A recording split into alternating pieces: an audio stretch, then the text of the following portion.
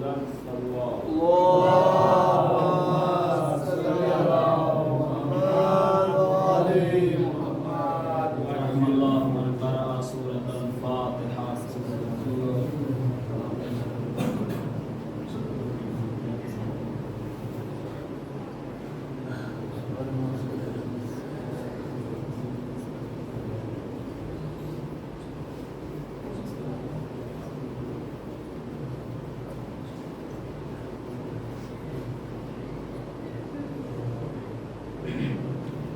لا حول ولا قوة إلا بالله العلي العظيم.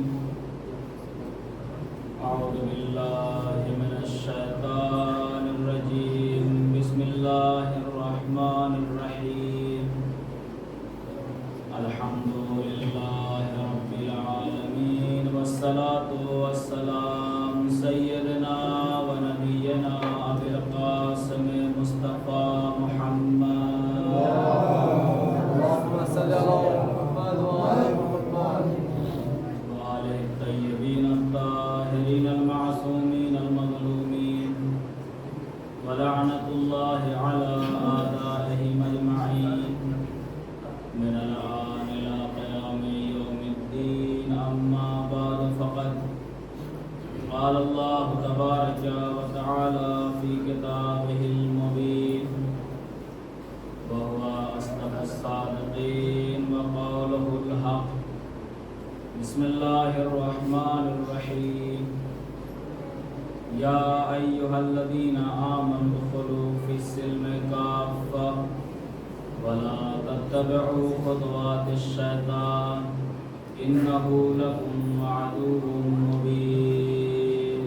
اللهم صل على محمد وآل محمد. معزز سامعین اکرام، قبل اس کے کہ آیت مبارکہ کے ذیل میں کچھ معروضات عرض کی جائیں، آپ حضرات سے گزارش ہے کہ ایک مرتبہ سورہ حمد اور 3 مرتبہ سورہ اخلاص کی تلاوت فرما کر سیف اللہ ابن بنجی کو ایثار فرما دیں اور دیگر جملہ مومنین مومنات کو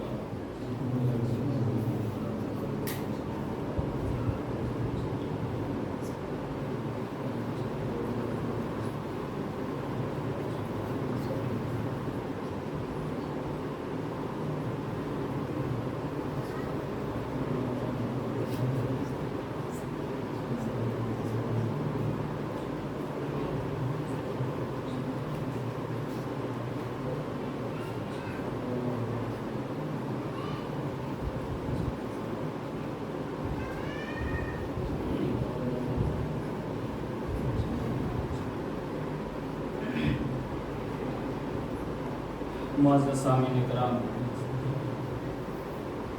میں نے جس آیت مبارکہ کو آپ کے سامنے پڑھنے کا شرف حاصل کیا،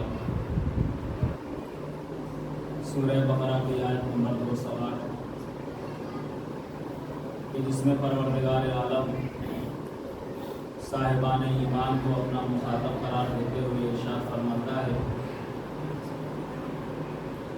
یا ایھا الذین آمنوا ادخلوا فی السلم کافۃ، اے صاحبان ایمان مکمل طریقے سے اسلام میں داخل ہو جاؤ، ولا تتبعوا خطوات الشیطان، اور ہرگز شیطان کے راستے کی پیروی نہ کرنا، انہ لکم عدو مبین،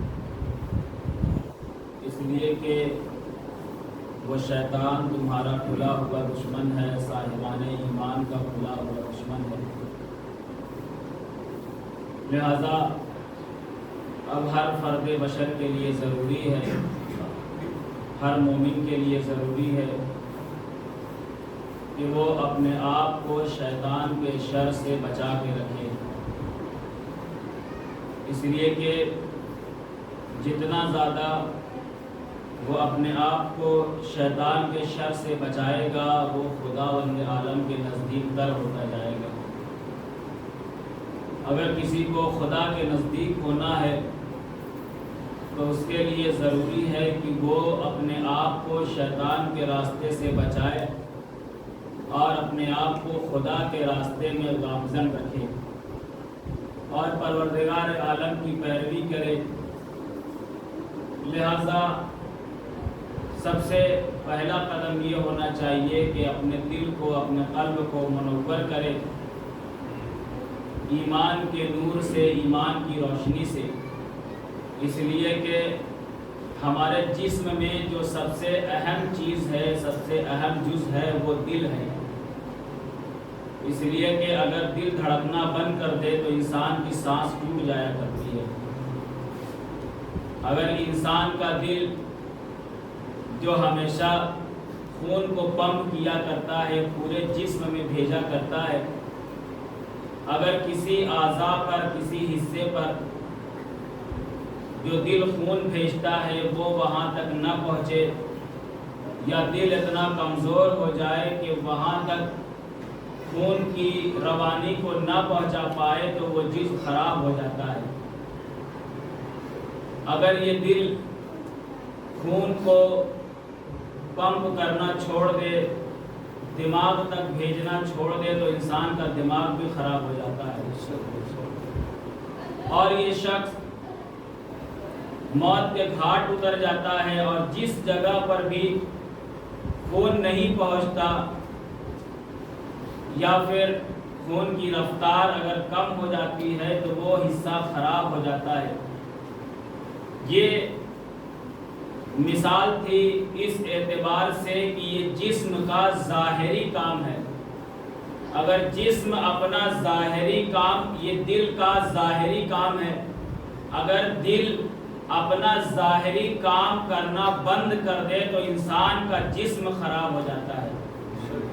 ویسے ہی دل کا ایک باطنی بھی کام ہے، اگر دل اپنا باطنی کام کرنا بند کر دے تو انسان کی روح خراب ہو جاتی ہے۔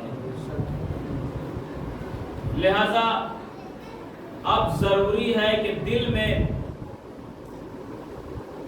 خداوند عالم کے نور کو روشن کیا جائے، ایمان کے چراغ کو روشن کیا جائے، تاکہ وہ دل جب ہمارا روشن ہوگا تو ہمارے روح کے ہر اعضاء میں، ہر جز میں ایمان کو وہ بھیجتا رہے گا اور ہماری روح سلامت رہے گی۔ اگر خدا نخواستہ ہمارے اندر ایمان کا چراغ روشن نہ ہو پایا تو ہمارا جسم ہماری روح تک معنوی غذا نہیں پہنچا سکے گا، بلکہ وہ شیطان کے راستے پر چلتے ہوئے معنوی غذا کو چھوڑ کر کفر و نفاق کی غذا جب بھیجنا شروع کرے گا تو ہماری روح خراب ہوتی چلی جائے گی۔ لہذا ضروری ہے کہ سب سے پہلے اپنے دل کو منور کریں، جیسا کہ کل کے حدیث میں یہ عرض ہوا تھا کہ مولا کائنات حضرت علی بن ابی طالب علیہ السلام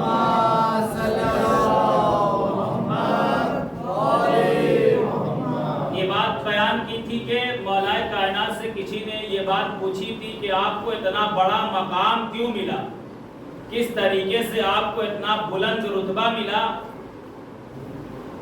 تو امیر المومنین نے یہ جملہ کہا تھا کہ میں دل کے دروازے پر نگہبانی کرتا ہوں، ہر وہ حکم جو حکم خدا سے مطابقت رکھتا ہے، ہر وہ بات جو حکم خدا سے مطابقت رکھتا ہے میں اس بات کو دل تک آنے دیتا ہوں، مگر وہ باتیں جو خلاف شریعت ہوتی ہے میں دروازے سے واپس کر دیتا ہوں۔ لہذا صاحبان ایمان کا یہ فریضہ ہے کہ اپنے دل میں انہی باتوں کو آنے دیں، انہی باتوں کی اجازت دیں اپنے دل کو کہ جو شریعت کے مطابق ہو، شریعت کے خلاف نہ ہو۔ صلوات پڑھ دے محمد والے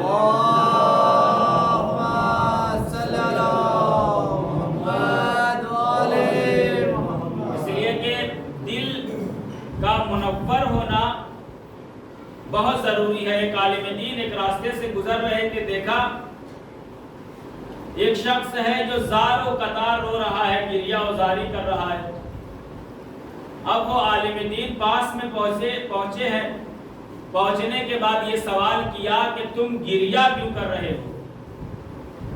کہا کہ میں اتنے دنوں سے نماز پڑھتا ہوں، روزے رکھتا ہوں، شریعت کے ہر کام کو انجام دیتا ہوں، مگر شیطان نے میرے دل میں ایک وسوسہ ڈالا کہ جس کی وجہ سے مجھے رونا آ رہا ہے۔ کہا کیا وسوسہ ڈالا؟ کہا کہ شک اس نے یہ ڈالا ہے کہ قیامت کیوں نہیں آ رہی ہے۔ تو عالم دین نے کہا تمہیں رونے کی ضرورت نہیں ہے، تمہیں خوشی کا اظہار کرنا چاہیے، اس لیے کہ شیطان نے تمہیں صاحب ایمان سمجھا، تمہیں ایمان والا سمجھا، اس لیے تمہارے دل میں وسوسہ ڈالا۔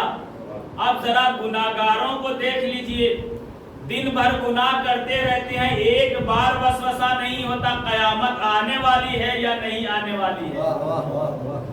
لہذا تمہیں خوش ہونا چاہیے، گریہ نہیں کرنا چاہیے۔ اب تمہیں وسوسہ آیا ہے تو تم اس کی تلاش میں لگ جاؤ، جستجو کرو، اور یہ ایک ایسا مرحلہ ہے کہ جو قیامت کے بارے میں سوائے پروردگار عالم کے کوئی نہیں جانتا کہ کب قیامت آنے والی ہے۔ یہ آزمائش ہے، کیونکہ یہ آخری وقت چل رہا ہے، اور آخری وقت میں انسان کا اپنے آپ کو بچا کے رکھنا بہت ہی بڑی بات ہے، اپنے ایمان کو سنبھال کے رکھنا بہت بڑی بات ہے۔ انسان مرتے وقت اس کے ہاتھ میں دامن ایمان اگر ہو تو اس کے لیے بہت بڑی نعمت ہوا کرتی ہے۔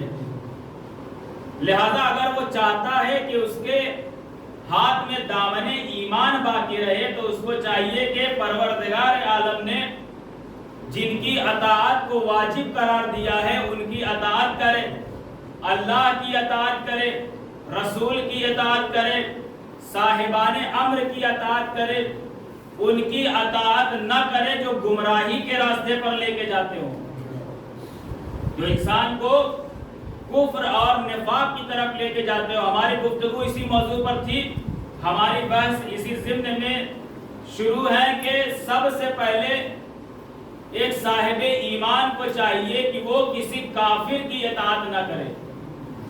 دوسرے مرحلے میں دوسرا شخص وہ ہے کہ جو منافق ہے اس کی کبھی بھی اطاعت نہیں کرنا چاہیے، اس لیے کہ یہ منافق ایک بندے مومن کو نفاق کی طرف لے کے جاتا ہے۔ تیسرا شخص اگر آپ کو یاد ہو تو وہ تھا کہ جو خیانت کرتا ہو، خیانت کرنے والے کی کبھی بھی اطاعت نہیں کرنا چاہیے۔ چوتھا شخص کہ جس کے بارے میں قرآن مجید نے کہا ہے کہ چوتھا گروہ وہ ہے کہ جو جھوٹوں کا گروہ ہے، کبھی ان جھوٹوں کی اطاعت نہ کرنا، اس لیے کہ یہ جھوٹا شخص وہ ہے جو دور کو قریب کرتا ہے، قریب کو دور کر دیتا ہے۔ لہذا کبھی بھی جھوٹے شخص کی اطاعت نہ کرنا، کیوں؟ اس لیے کہ یہ جھوٹ وہ چیز ہے کہ اگر ائمہ اطہار کو اذیت پہنچائی گئی ہے تو سب سے زیادہ ان جھوٹوں کے ذریعے سے پہنچائی گئی ہے۔ لہذا اب صاحبان ایمان کے لیے، اہل بیت کے چاہنے والوں کو چاہیے کہ ہر وہ چیز کہ جس کے ذریعے سے اہل بیت کو اذیت دی گئی ہو اس کام سے اپنے آپ کو بچائے، سچوں کے راستے پر لگائے، جھوٹوں کے راستے کو چھوڑ دے۔ ایک صلوات پڑھ دے محمد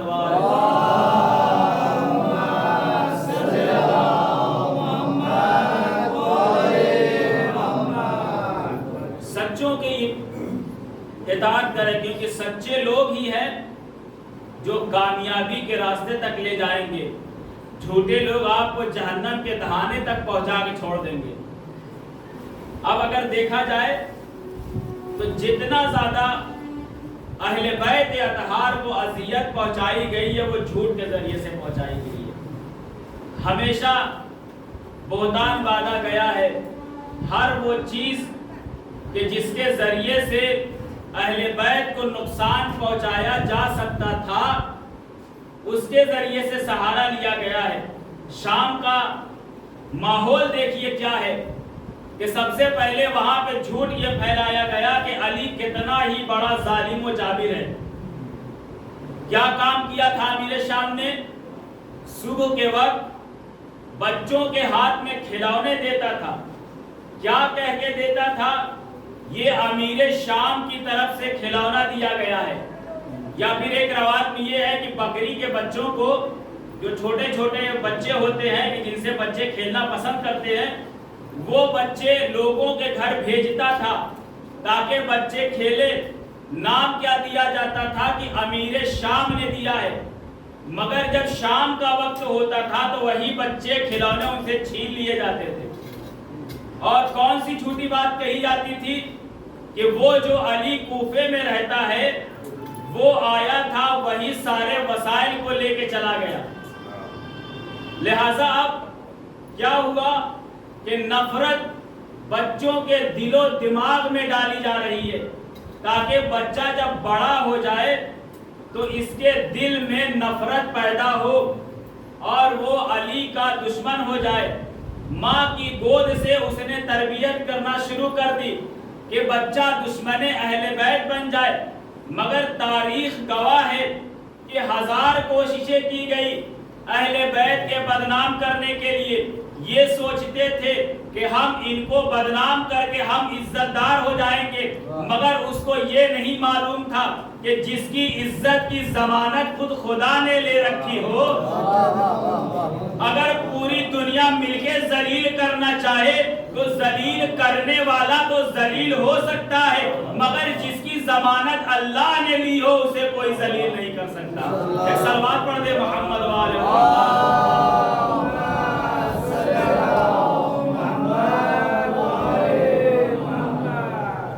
اتنا زیادہ شام میں کوشش کی گئی تھی. دوسرا کام کیا تھا؟ عوام الناس کے درمیان، لوگوں کے درمیان یہ بات کہہ دی گئی تھی کہ علی بے نمازی ہے. توجہ کیجئے گا، علی بے نمازی ہے. اب اس جھوٹ پہ ایک جملہ کہنے کا جی چاہتا ہے کہ جس کی ابتدا خانہ کعبہ سے ہوتی ہو اور اس کی انتہا مسجد میں ہو، وہ بے نمازی کیسے ہو سکتا ہے؟ اب لوگوں سے کہا کہ علی نماز نہیں پڑھتے، گناہگار ہیں. اب شام کے لوگ بھی ایسے تھے. گزشتہ مجلس میں عرض کیا کہ شام کے لوگ وہ تھے کہ جو اونٹ اور اونٹنی کے درمیان فرق نہیں جانتے تھے، وہ علی کو کافر کہہ رہے تھے.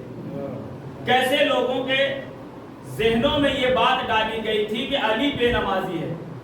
اب آپ تصور کیجئے، سوچئے، ادھر مولا کائنات کو ضربت لگی، درجہ شہادت پر فائز ہوئے. ادھر شام میں جب خبر پہنچی ہے کہ علی کو شہید کر دیا گیا، علی کو قتل کر دیا گیا، تو ایک شخص بھاگتا ہوا، لوگوں کی بھیڑ تھی، 10 سے 15 لوگ بیٹھے ہوئے تھے، وہاں پر وہ بھاگ کر آگے کھڑا ہوا، کہا کہ علی کو قتل کر دیا گیا. کہا کہ کس حالت میں قتل کیا گیا؟ کیا وہ جنگ میں تھے یا گھر میں سو رہے تھے؟ مگر اس نے کہا کہ علی کو حالت سجدہ میں وار کیا گیا اور وہ درجہ شہادت پر فائز ہو گئے. تو سب نے پہلا ہی سوال کیا، کیا علی نماز بھی پڑھتے تھے؟ توجہ کیجئے گا، اب جیسا بے نمازی وہاں کا خلیفہ تھا، وہ وہی فکریں لوگوں کے دل و دماغ میں بھی ڈال رہا تھا. عجیب و غریب حالت ہے. تیسرا کام کیا تھا جو تاریخ نے یہ لکھا ہے کہ امیر شام نے تیسرا کام یہ کیا تھا کہ جمعے کے خطبے میں اگر کوئی لعنت نہ کرے تو اس کا خطبہ ناقص ہے. کیا ماحول بنا رکھا تھا! علی کو کتنا بدنام کیا جاتا، کس کے ذریعے سے؟ صرف جھوٹ کے ذریعے سے. ساری باتیں جھوٹی مولا کائنات کی طرف منسوب کی گئی، بدنام کرنے کی کوشش کی گئی. لہذا لوگوں کا یہ عقیدہ بن گیا تھا کہ جب تک خطبے میں علی کے اوپر لعنت نہ کرے، اور اگر کوئی بھول جاتا تھا تو بعد میں اس کی قضا کرتا تھا. دیکھیے کیسا، کس طریقے سے لوگوں کے ذہن میں ڈالی گئی یہ بات کہ وہاں کا خطیب اگر بھول گیا تو بعد میں اس سے کہا جاتا تھا کہ تم نے خطبہ ناقص دیا ہے. یہاں تو خطبہ حمد الہی سے شروع ہوتا ہے اور جانشین پیغمبر پہ ختم ہوتا ہے. مگر امیر شام نے لوگوں سے کہا تھا کہ جب تک علی پہ لعنت نہ کرو معاذ اللہ خطبہ مکمل ہونے والا نہیں ہے. لوگوں کو ایسی تربیت کر دی تھی, ماحول ایسا تھا, پورے خاندان کو بدنام کرنے کی کوشش کی جا رہی تھی. ایک مرتبہ مولا کائنات حضرت علی ابن ابی طالب علیہ السلام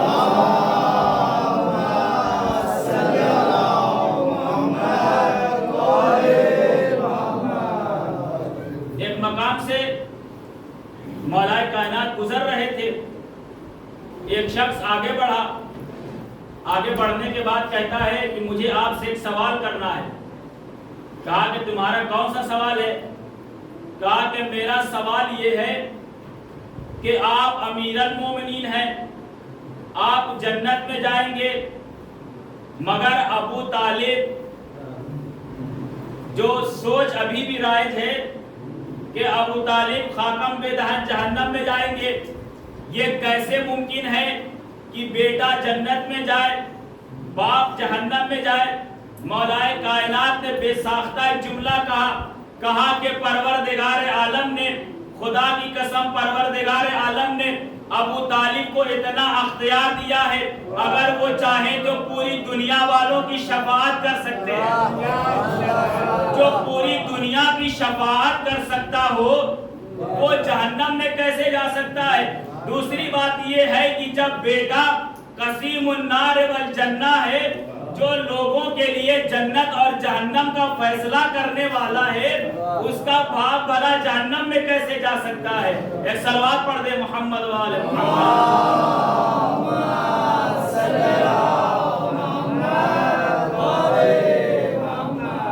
کس طریقے سے جو نقصان پہنچایا گیا ہے, شریعت کا جو نقصان ہے مکمل طریقے سے جھوٹ کے ذریعے سے, وہ باتیں جنگ صفین کا معرکہ ہمیشہ سنتے رہتے ہیں, مگر ایک نتیجہ دینا ہے آپ کو.